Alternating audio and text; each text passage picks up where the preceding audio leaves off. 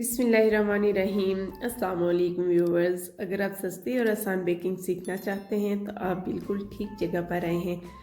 आज हम बनाएंगे bakery style vanilla pastry. Pastry का साइज़ कितना होता है और किस तरीके से हम इसे मैनेज करते हैं और इसकी प्राइस क्या होगी, हम कितने में इसे सेल करेंगे, ये सारी बातें आज मैं इस वीडियो में आप लोगों के साथ शेयर करने वाली हूँ।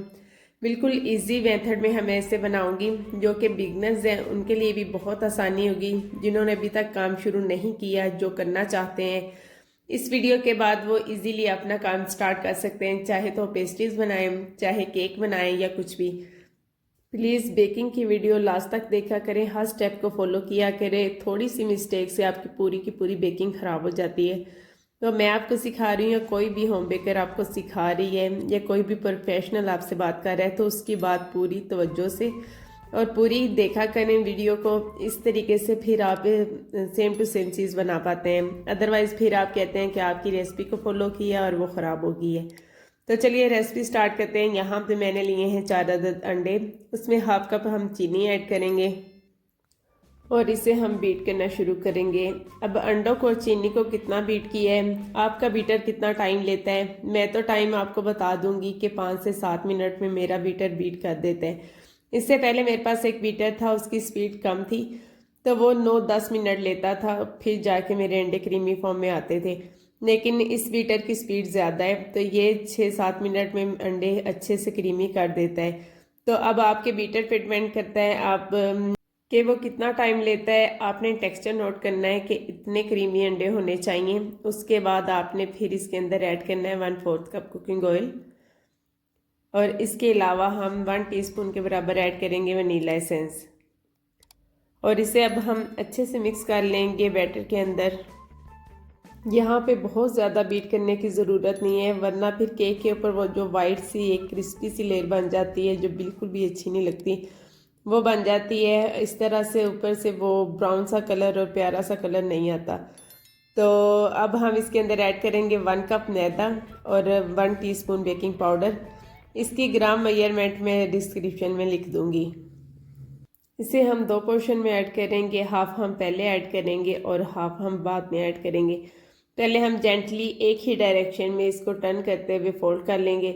उसके बाद हम बाकी का हाफ जो है मैदा वो ऐड करेंगे। इसी दौरान जल्दी से मुझे सब्सक्राइब कर लें और साथ में लगे बेल आइकन ऑल नोटिफिकेशन को दबाना आपने बिल्कुल नहीं भूलना। उससे मेरी आने वाली हर इंफॉर्मेटिव वीडियो का नोटिफिकेशन सबसे पहले आपको मिलेगा।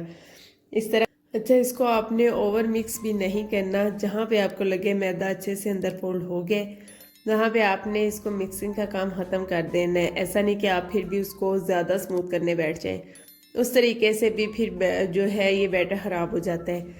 इस केक को हम बेक होने के लिए रख देंगे और हम क्रीम विप कर लेंगे। क्रीम सर्दियों में किस तरीके से विप की जाती है वो भी डिटेल आप लोगों के साथ शेयर करने वाली हूँ। पहले मैंने सोचा क्रीम विप करने के बाद डायरेक्ट आपको जब मैं डेकोरेट करूँगी तब ही मिलूँगी, लेकिन फिर मैंने कहा कि सर्दी के मौसम में क्रीम को कैसे मेंटेन किया जाता है वो भी जानना बहुत ज़रूरी है।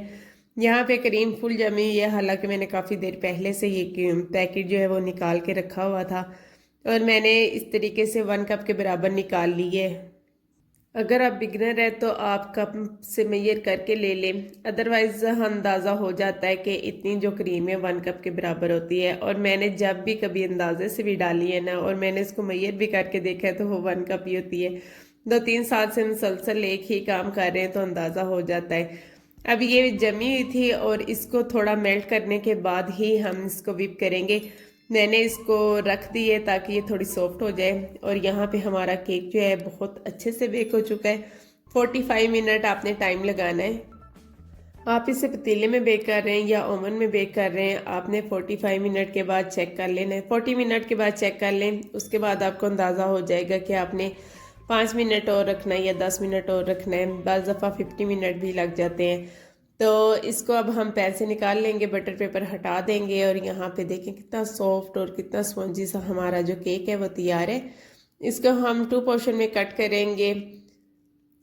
केक के ऊपर हाथ रख के अगर सपोर्ट दे के चारों तरफ हम नाइफ को घुमाते हैं तो इक्वल केक कट होता है, बिल्कुल लेवल कट हो जाता है। बाकी आपका अंदाज़ा है, जैसे आपको इजी लगता है आप वैसे कट कर सकते हैं। हर किसी का अपना स्टाइल है उसी स्टाइल से ही वो अच्छा केक जो है वो कट कर सकते हैं।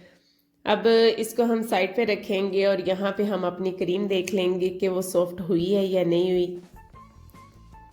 क्रीम अभी भी जमी हुई है, पूरी तरह सॉफ्ट नहीं हुई और मैंने उसी तरीके से व्हिप करना शुरू कर दिया है। अब व्हिप करने के दौरान किन मसाइल का मुझे सामना करना पड़ा है वो भी मैं आप लोगों को बता देती हूँ। सर्दी के मौसम में आपने क्रीम को अच्छे से मेल्ट कर लेना है। ठंडी हो, फुल चिल हो, लेकिन जमी हुई ना हो, उसमें आइस क्रिस्टल नहीं होने चाहिए, अदरवाइज फिर उसको हैंडल करना मुश्किल हो जाता है। गर्मी के मौसम में जब हम थोड़ी सी जमी हुई क्रीम लेते हैं तो वो व्हिप करते करते जो उसका टेम्परेचर है वो नॉर्मल हो जाता है, लेकिन सर्दी के मौसम में वो ठंडी ही रहती है और उसी तरीके से क्रीम थिक हो जाती है, लेकिन वो बाद में सॉफ्ट होने लग जाती है। अब यहाँ पे क्रीम इतने अच्छे से थिक हो चुकी है कि उसके अंदर बीटर चलाना मुश्किल हो रहा है और इससे आगे थिक वो जो बीट नहीं की जा रही मुझसे, लेकिन मुझे पता है, इसको देख के ही लग रहा है कि ये बाद में सॉफ्ट हो जाएगी। बीटर चलाने की मैं कोशिश कर रही हूँ, लेकिन बीटर जो है वो नहीं चल रहा, वो अंदर से क्रीम फट रही है, लेकिन बाद में वो सॉफ्ट हो जाती है। शुक्र है कि ये ऑर्डर नहीं था, अगर ऑर्डर होता तो फिर मुझसे हैंडल नहीं होती। रास्ते में केक जो था वो इम्बैलेंस होने का डर था, लेकिन अब मैंने चूँकि ये घर में ही बना के आप लोगों के साथ वीडियो शेयर करनी थी और इसे मैंने बच्चों में ही डिस्ट्रीब्यूट किया था, कुछ बच्चे लंच में ले गए थे। क्रीम व्हिप करने के बाद उसे स्पैचुला की मदद से एक दफ़ा स्मूथ ज़रूर कर लिया करें, उससे भी क्रीम सेट हो जाती है। यहाँ पे मैंने 12 इंच का केक बोर्ड लिया है। केक बोर्ड मैटर नहीं करता, आप किसी भी साइज़ का ले लें जिस पे हमारे ये जो है स्पंज पूरा आ जाए। पहले मैंने सोचा था कि सिंपल वनीला में ही पेस्ट्री बनाऊंगी, फिर मैंने सोचा कि स्ट्रॉबेरी फ्लेवर पड़ा हुआ है तो क्यों ना मैं ये ऐड कर लूँ, थोड़ा सा फ्लेवर चेंज हो जाएगा।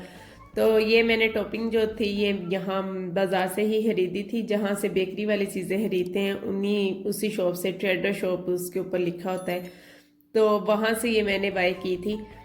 इसे हम पानी में मिक्स करेंगे और इसे हम केक को अच्छे से वेट कर लेंगे, इससे बहुत ही मॉइस्ट और जूसी केक हो जाता है। और उसके बाद हम क्रीम की एक अच्छी सी इसके ऊपर लेयर लगाएंगे। अच्छा, ये बैटर मैंने 8 इंच के केक पैन में बेक किया है, आपके पास अगर 9 इंच का केक पैन होगा तो फिर आप उसमें भी बेक कर सकते हैं। उससे ये है कि केक की जो साइज़ है वो बड़ा हो जाएगा, हाइट में थोड़ा कम हो जाएगा और साइज़ में केक जो है पेस्ट्री जो हमारी है वो अच्छी बनेगी, बड़ी बनेगी। यहाँ पे हम लेवल सी लेयर लगाएंगे और उसके ऊपर केक की दूसरी लेयर रखेंगे और इसे भी हम एक दफ़ा क्रीम से कवर कर लेंगे। इसे हम क्रम कोट करेंगे पहले और फिर उसके बाद हम इसके टॉप पे अच्छी सी नीट सी लेयर लगाएंगे। हमने इसकी बॉल्स को इतना नीट नहीं करना क्योंकि वो बाद में हम इसको ट्रिम कर देंगे और लेवल कट कर लेंगे। एक दफ़ा आपने क्रीम बॉल्स पे लगानी है ताकि जो किनारे हैं वहाँ क्रीम कम ना रहे और बाद में फिर जब हम इसको लेवल करेंगे तो ये बहुत अच्छी लुक हो जाएगी इसकी। इसके अलावा अगर आपने इससे भी बड़े पैन में या बड़ी ट्रे में आपने बेक किया है तो फिर आपने पेस्ट्री का साइज़ कितना रखना है वो लास्ट पे जब मैं आपको पेस्ट्री दिखाऊंगी तब मैं आपको बता दूंगी। हम इसको पहले क्रम कोट करके फिर इसके टॉप पे एक नीट सी लेयर लगाएंगे। पेस्ट्रीज का ये फ़ायदा है कि यहाँ पे आपको बहुत ज़्यादा फिनिशिंग देने की ज़रूरत नहीं पड़ती, बस लेवल आपने लेयर लगानी और इस तरीके से ऊपर पैटर्न ड्रा कर दें तो बहुत स्मूथ सी पेस्ट्रीज जो है वो बन जाती हैं। अभी पेस्ट्रीज हमने कट नहीं करनी, क्रीम को अच्छे से हमने ठंडा करना है, चिल करने के बाद ही हम इसको कट करेंगे। बस हमने इस तरीके से निशान लगाना है।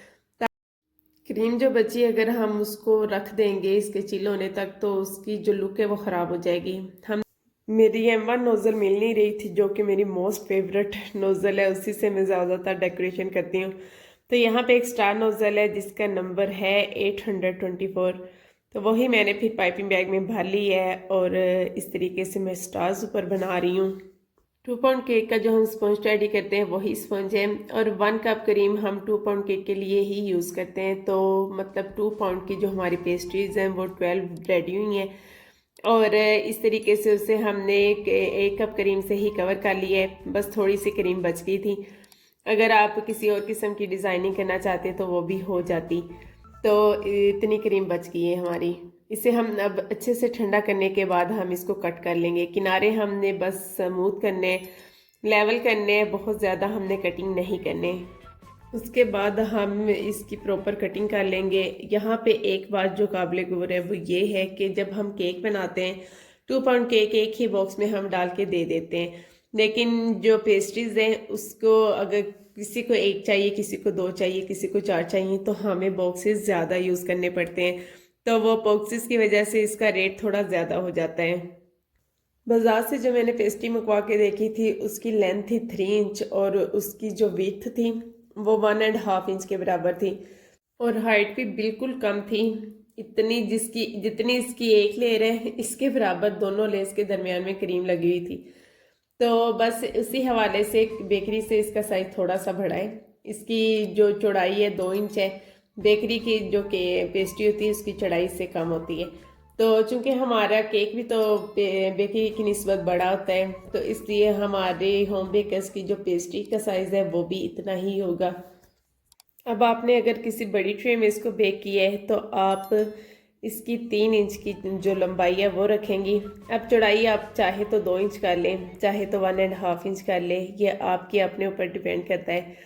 और मेरे सिटी चूँकि छोटा है और मैं इसकी 120 प्राइस रखूँगी। अगर आप किसी बड़े शहर में रहते हैं तो आप 150 की 175 तक ये पेस्ट्री सेल कर सकते हैं। क्योंकि लाहौर और बड़े एरिया में केक की प्राइस भी ज़्यादा है, यहाँ पे केक की प्राइस भी मेरी बहुत कम है। बस मुश्किल से है मेरा खर्चा ही पूरा होता है और थोड़ा बहुत जो है मैं बचाती हूँ, बहुत ज़्यादा इसमें मुझे बचत नहीं है। अभी इतनी अवेयरनेस नहीं है यहाँ के लोगों में, उन्हें बेकरी और घर की बनी हुई चीज़ में अभी पहचान करना थोड़ा मुश्किल हो रहा है। जब मुकम्मल तौर पर उन्हें आगाही हो जाएगी तब मैं अपना प्रॉपर रेट जो है वो लगाऊंगी। मेरे बहुत कम कस्टमर है जो आंखें बंद करके मुझे पेमेंट कर देते हैं जितने मैं मांगती हूँ। हालांकि मैं लेती रीज़नेबल ही हूँ, लेकिन उन्हें पता है चीज़ अच्छी है, वो बहस नहीं करते। लेकिन कुछ मेरे कस्टमर्स ऐसे हैं जो बहस करना शुरू हो जाते हैं कि नहीं नहीं आप बेकरी से ज़्यादा ले रहे हैं। हालांकि अगर देखा जाए तो मेरे केक की प्राइस बिल्कुल रीज़नेबल है। मैंने आज काफ़ी दिनों के बाद बेकिंग की है और इतना डिलीशियस और इतना सॉफ्ट और मॉइस्ट केक बना है। पेस्ट्री जो हमारी रेडी हुई है, दिल चाहता है सारी एक ही दफ़ा में खा जाए। जो मेरे रेगुलर सब्सक्राइबर्स हैं वो जानते हैं कि जो मेरी वीडियोस है वो पुरानी ही है, मैं नई वीडियोस नहीं लगा रही। तो आज से इंशाल्लाह हम नई से नई रेसिपीज़ लेकर आएंगे। वीडियो पसंद आई हो तो इसे लाइक ज़रूर कर दीजिएगा। चैनल पे नए हैं तो जल्दी से सब्सक्राइब करके फिर आपने जाना है। यहाँ पे 3 मेरी बेटी स्कूल लेके चली गई थी और बाकी बच्चों को मैंने बांट दी थी।